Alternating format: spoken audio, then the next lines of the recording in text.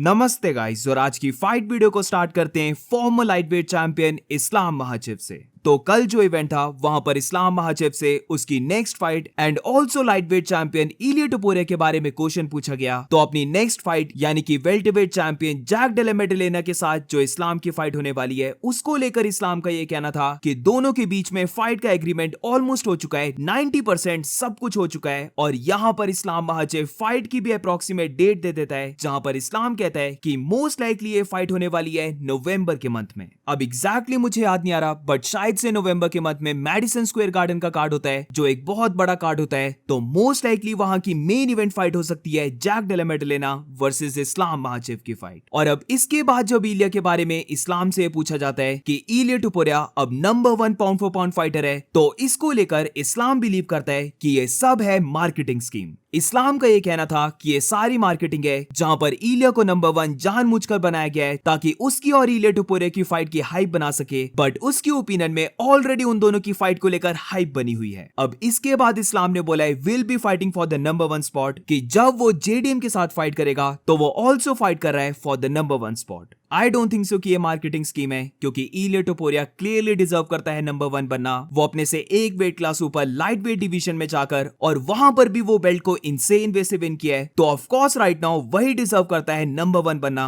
But ये same चीज अब इस्लाम महाचिव की फाइट पे भी डिपेंड करेगी, जहां पर अगर वो जेडीएम को फिनिश कर देता है या फिर कंफर्टेबली फाइट को विन कर जाता है, तो obviously there is no doubt Islam Makhachev को फिर से बनना चाहिए number 1 pound for pound fighter. और अब moving on to the next update, तो अब बात करते हैं lightweight fighter Arman Tsarukyan के बारे में। ऑलरेडी अरमान सरूकिन काफी चीजें बोल चुका है इलिया टोपुरिया की फाइट को लेकर, तो यहाँ पर वो वाले पार्ट को स्किप करते हैं। अरमान सरूकिन ने इलिया टोपुरिया को कॉल आउट किया है फाइट करने के लिए, और वो यहाँ पर रेडी है 500 के यानी कि अप्रोक्सीमेटली 4.5 करोड़ बेट करने के लिए। तो अरमान सरूकिन कहता है कि वही डिजर्व करता है टाइटल के लिए फाइट करना, और इलिया टोपुरिया को भी चाहिए कि वो उसी के साथ फाइट करे, जहां पर वो रेडी है खुद के 500 के यानी कि $500,000 को लगाने के लिए। जिधर अगर तो फाइट में इलिया टोपुरिया उसे बीट कर देता है तो वो इलिया को ये 500 के डॉलर्स को दे देगा, बट अगर वो इलिया टोपुरिया से विन कर जाता है तो फिर इलिया टोपुरिया को उसे 500 के देने होंगे। अब कुछ दिन पहले ये $1 मिलियन था, बट अब रिसेंटली उसने 500 के कर दिया है। तो सबसे पहले तो लेट्स सी कि क्या ये फाइट होती भी है, और उसके बाद देखते हैं कि क्या ये बेट लगती है। और अब इसके बाद अरमान सरूकिन पैडी पिम्बलेट की बात करता है, जहां पर वो कहता है कि पैडी पिम्बलेट को तो टॉप 10 में होना भी नहीं चाहिए। अब ये बोलते हुए अरमान सरूकिन स्टैट्स को लेके आता है, जहां पर अरमान सरूकिन फोटो को दिखा रहा होता है, और यहां पर हम देख सकते हैं कि पैडी पिम्बलेट के जो लास्ट 3 ओपोनेंट्स थे उनका कंबाइंड रिकॉर्ड था 0-13 का। बेसिकली पैडी पिम्बलेट ने माइकल चैंडलर के साथ फाइट की है, जो लगातार 3 फाइट्स को हारा है। बॉबी ग्रीन की बात करें तो वो लगातार 2 फाइट्स को हारा है, और फिर टोनी फर्ग्यूसन जो लगातार 8 फाइट को हारा था। तो यहां पर अरमान सरूकिन यही कहता है कि पैडी पिम्बलेट को बस हाइप किया जा रहा है, बट अगर उसके हम ओपोनेंट्स को देखें तो वो सारे लॉसेस वाले रिकॉर्ड के हैं, और किसी भी गुड फाइटर के साथ पैडी पिम्बलेट ने अभी तक फाइट नहीं की है। और moving on to the next update, तो अब बात करते हैं बैंटरवेट फाइटर पीटर यान के बारे में। तो विन के बाद पीटर यान से पूछा जाता है कि क्या वो एक्सेप्ट करेगा उमर नूरमागोमेडोव की फाइट को।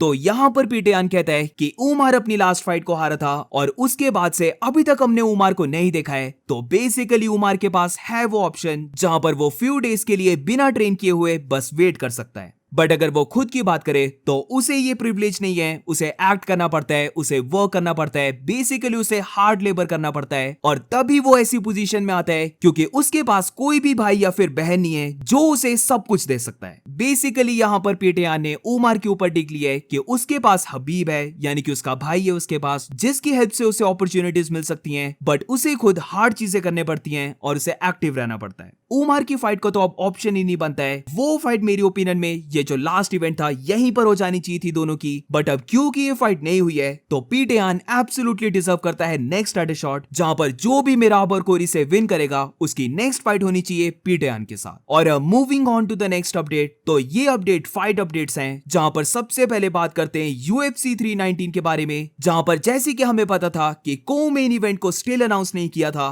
तो अब रिसेंटली UFC 319 की को मेन इवेंट बुक हो चुकी है, जहां पर ये फाइट होने वाली है bantamweight division competition fighters Lerone Murphy versus Aaron Pico के बीच में। कल जो फाइट नाइट कार्ड था वहां पर एरन पिको की फाइट होने वाली थी मोवजार इव्लोएव के साथ, बट क्योंकि मोवजार को इंजरी होगी तो अब इसीलिए UFC 319 में एरन पिको की फाइट होने वाली है लिरॉन मर्फी के साथ। और यहां पर मैं एक बात क्लियर बोल देता हूं कि अब मेरी ओपिनियन में अलेक्जेंडर वोल्कानोव्स्की की डायरेक्टली फाइट करवा दो मोवजार इव्लोएव के साथ। But point to be noted यहां पर ये कि अगर ऐसा नहीं होता है, याइर रॉड्रिगेज को ही अगर टाइटल शॉट मिलता है, तो जो भी लिरॉन मर्फी वर्सेस एरन पिको में से विन करने वाला है उसे मान के चलो कि नेक्स्ट टाइटल शॉट मिलने वाला है और मोवजार इव्लोएव इस टाइटल शॉट को पाने के लिए एक और बार रह जाएगा। और अब इसके बाद सेकंड अपडेट के बारे में बात करें तो ये अपडेट है बैंटवेट फाइटर उमर नुरमागोमेडोव का, जहां पर उमर इज बैक और वो फाइट करने वाला है मारियो बटिस्टा के साथ। तो ये फाइट UFC फाइट नाइट की मेन इवेंट फाइट रहने वाली है, यानी कि ये फाइट है 5 राउंड्स की। अब कब ये फाइट होने वाली है तो डेट अभी अनाउंस नहीं है, बट इन दोनों की फाइट बुक हो चुकी है। और अब moving on to the next update, तो इस अपडेट को मैंने जानकर लास्ट में रखा था, तो एक बहुत शॉकिंग और एक काफी सैड अपडेट के बारे में बात करते हैं, जहां पर ये अपडेट है शाफकात राखमनोव का।